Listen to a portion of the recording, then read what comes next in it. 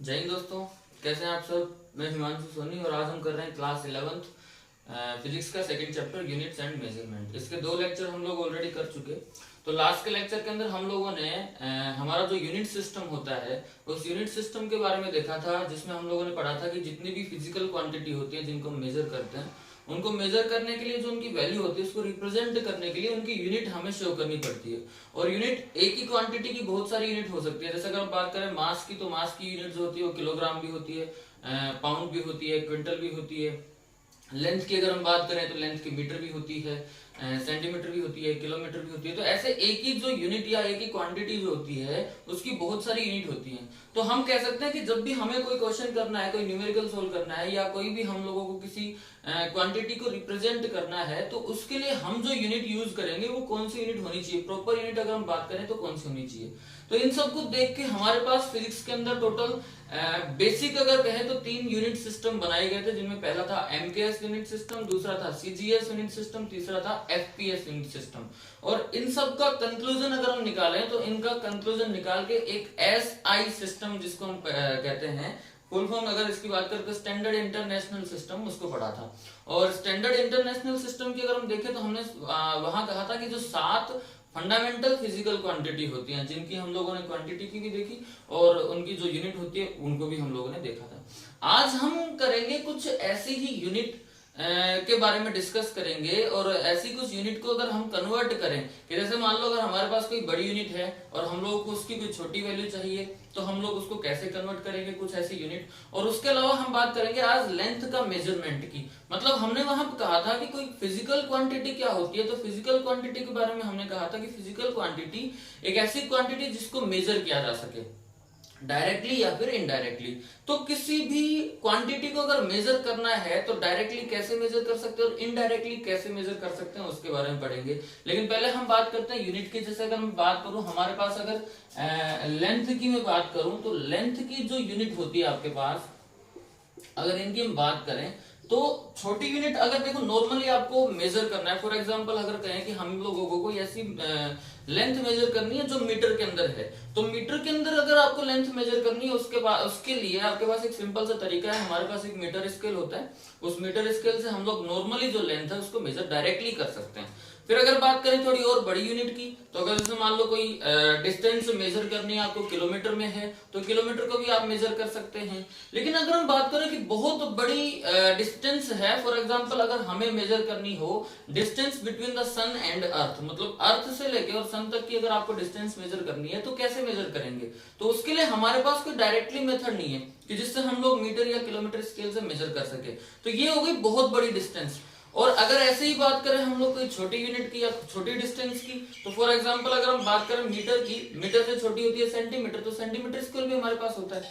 अगर हम बात करें सेंटीमीटर से छोटे की, तो हमारे पास माइक्रोमीटर भी होता है, मिलीमीटर भी होता है, इनको भी हम नैनोमीटर भी होता है, इनसे भी मेजर कर सकते हैं। लेकिन इनसे भी छोटी डिस्टेंस अगर आपको मेजर करनी है तो हमारे पास 2 डिवाइस होती है, जिसका नाम है वर्नियर कैलिपर्स और स्क्रू गेज। उसके बारे में हम लोग थोड़ा सा डिस्कस करेंगे, हालांकि ये प्रैक्टिकल भी है तो प्रैक्टिकल की बात भी हम करेंगे वहां पे। लेकिन इनसे भी छोटी यूनिट की अगर हम बात करें डिस्टेंस में, फॉर एग्जांपल हमें अगर कोई एक एटम का या अगर हमें कोई मॉलिक्यूल का साइज पता करना हो, तो इसके लिए हमारे पास कोई डायरेक्टली मेथड नहीं है, हमें चाहिए कुछ डायरेक्ट मेथड। मतलब अगर बात करें नॉर्मली जो डिस्टेंस मेजर करनी है उसके डायरेक्ट मेथड हमारे पास हैं। लेकिन अगर छोटी डिस्टेंस मतलब बहुत ही छोटी डिस्टेंस या बात करें बहुत ही बड़ी डिस्टेंस, इनको मेजर करने के लिए हमारे पास इनडायरेक्ट मेथड होते हैं। तो इनको आज हम लोग मेजर करना सीखेंगे कि बहुत बड़ी डिस्टेंस को हम मेजर कैसे कर सकते हैं, बहुत छोटी डिस्टेंस को कैसे मेजर कर सकते हैं। फिलहाल के लिए हम बात करते हैं कि लेंथ की यूनिट को अगर आप डिस्कस करोगे, अगर मैं कहूं कि हमें बहुत ही बड़ी यूनिट को मेजर करना है, बहुत ही बड़ी डिस्टेंस को मेजर करना है, तो ये जितनी भी स्पेस वाली डिस्टेंस होती हैं, अगर मान लो हम बात करें अर्थ से स्टार तक की डिस्टेंस को आपको मेजर करना है, या अर्थ से सन तक की डिस्टेंस को मेजर करना है, या आपको सन के डायमीटर को मेजर करना है, मून के डायमीटर को मेजर करना है, ये सारी जो डिस्टेंस होती है मतलब वेरी लार्ज डिस्टेंस अगर हम बात करें तो वेरी लार्ज डिस्टेंस को हम मेजर करते हैं 3 यूनिट के अंदर। हमारे पास 3 यूनिट होती हैं।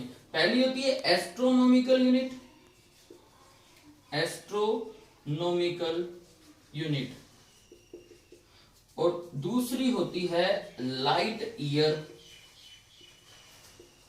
और तीसरी होती है पार्सेक। ये तीन ऐसे यूनिट हैं जिनसे आप लोग बड़ी डिस्टेंस को मेजर, वेरी लार्ज डिस्टेंस को मेजर हम लोग कर सकते हैं। अब एस्ट्रोनॉमिकल यूनिट की अगर हम बात करेंगे तो एस्ट्रोनॉमिकल यूनिट एक ऐसी यूनिट होती है, हम कह सकते हैं कि अगर नॉर्मल एक एवरेज लेके चले तो सन से लेके अर्थ तक की जो डिस्टेंस होती है, अब वो कितनी डिस्टेंस होगी उसको एक यूनिट के अंदर क्लासिफाई या एक यूनिट के अंदर डिफाइन किया गया है। One astronomical unit is equal to the distance between sun and earth. और अगर आप इसकी वैल्यू की अगर बात करोगे, अगर डेफिनेशन आप नोट करना चाहो तो इसकी डेफिनेशन आप नोट कर सकते हो, one astronomical unit is equal to the distance between sun and earth. और अगर इसकी वैल्यू की बात करो तो अगर मीटर में चेक करें तो ये वैल्यू होती है 1.496 into 10 to the power 11 metre.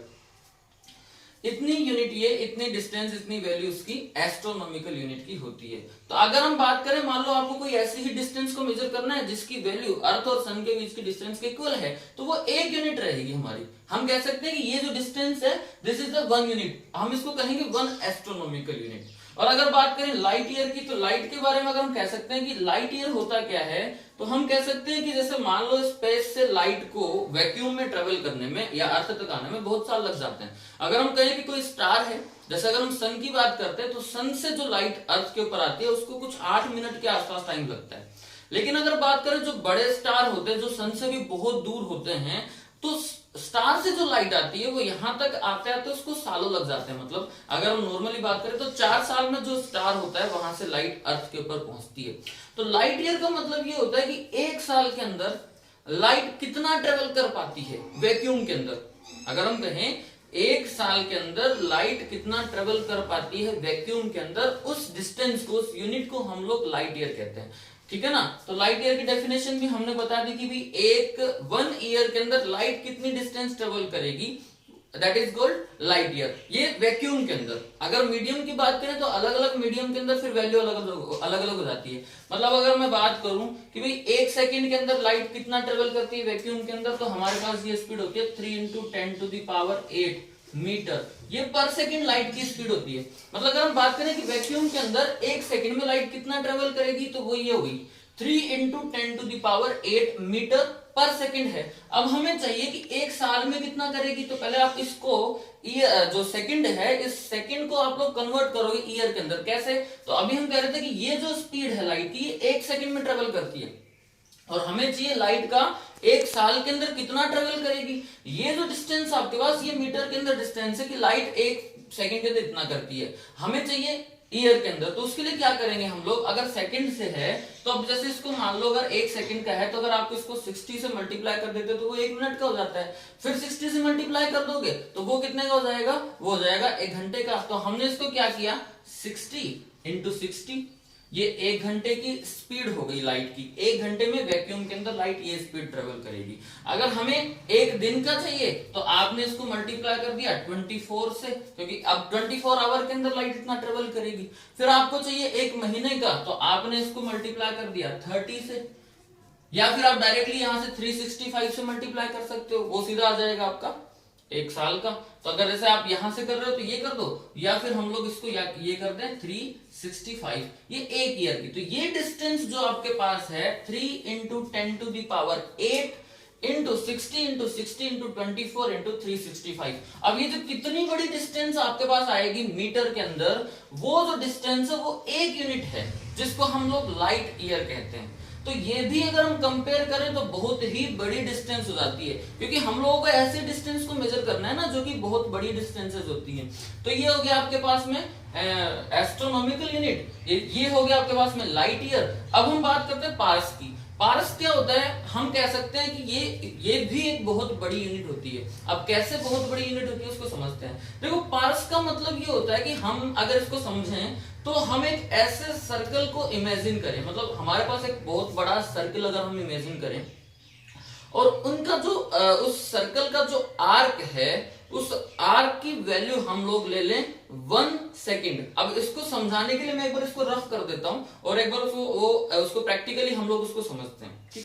देखो, हमें पार्स जो यूनिट होती है उसको समझने के लिए हम क्या करते हैं, थोड़ी देर के लिए मान लो कि हमारे पास कोई सर्कल है, ये हमने कोई सर्कल माना।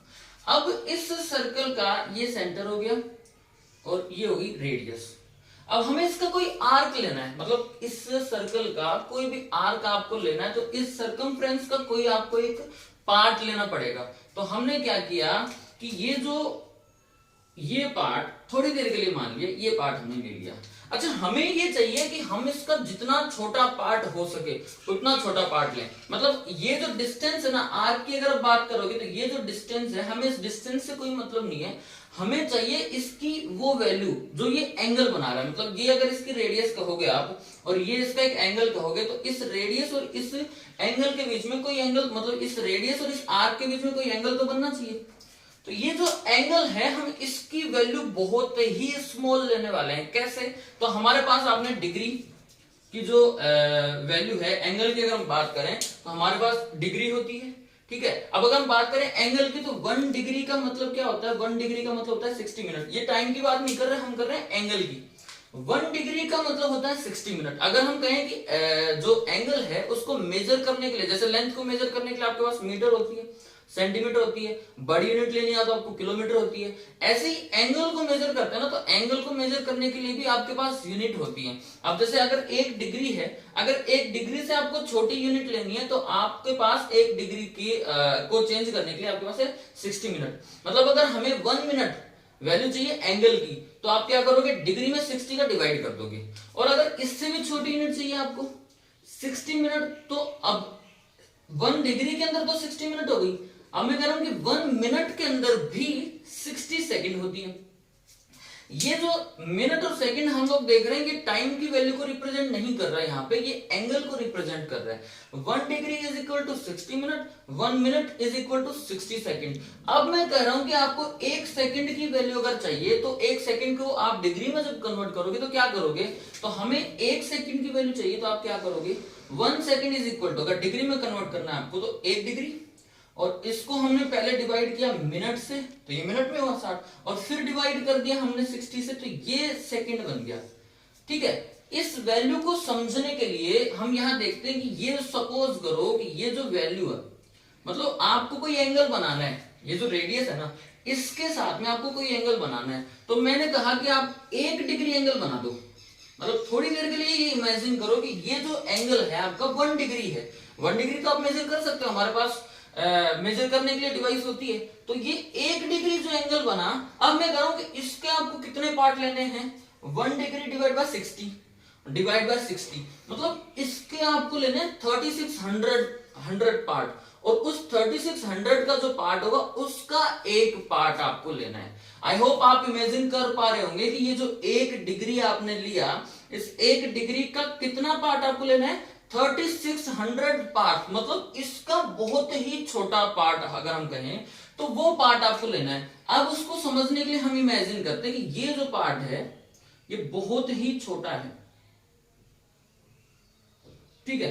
थोड़ा और भी छोटा बनेगा, हम उसको बना नहीं सकते अगर हम यहां चाहें तो, लेकिन समझने के लिए हम बना रहे हैं कि सपोज दैट ये जो पार्ट है, और छोटा कर देते हैं थोड़ी देर के लिए, कि ये जो पार्ट है,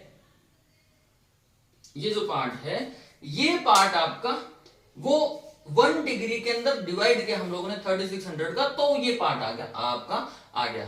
अब हम कहें कि ये वैसे देखा जाए तो कितना छोटा पार्ट हो गया।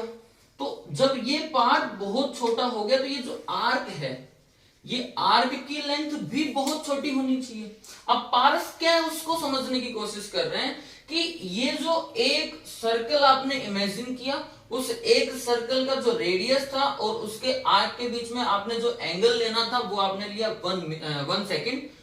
ये जो 1 सेकेंड लिया, अब हम कह रहे हैं कि इस सर्कल का साइज इतना बड़ा कर दो कि ये जो आर्क हमने बहुत छोटा करके यहाँ पे लिया है, अगर हम इस सर्कल का साइज इतना बड़ा कर दे कि ये जो आर्क है इसका साइज हो जाए 1 एस्ट्रोनॉमिकल यूनिट।